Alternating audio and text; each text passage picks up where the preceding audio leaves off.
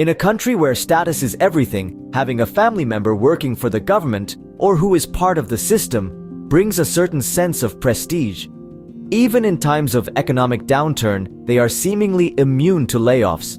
Additionally, the income of a public servant generally falls within the higher end of societal standards.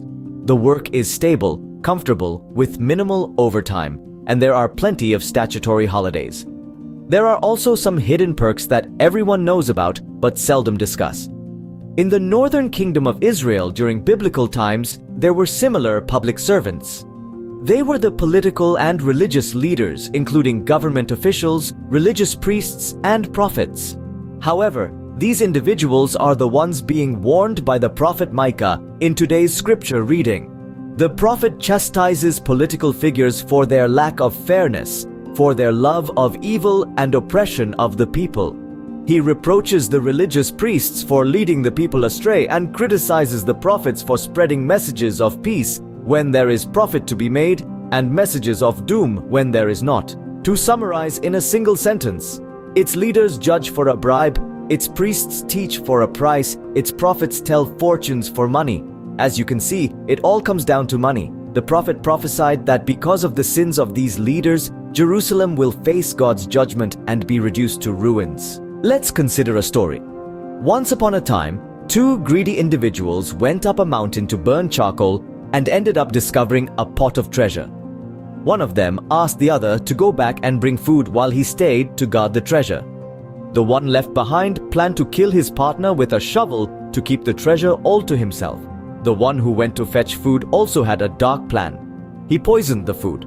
In the end, the one guarding the treasure killed his partner with a shovel as planned, but he died after eating a few bites of the poisoned food. Even birds that pecked at the food died.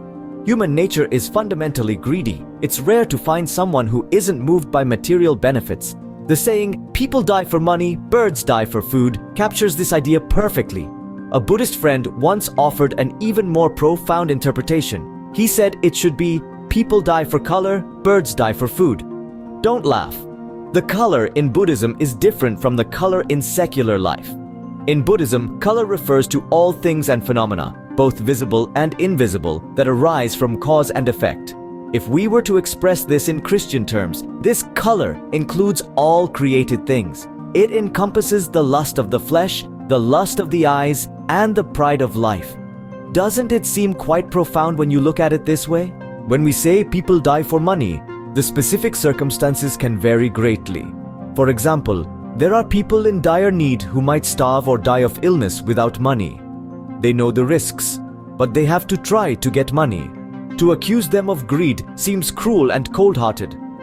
On the other hand, there are those who are already wealthy but risk everything, even breaking the law, to amass more wealth. They end up being punished and dying tragically.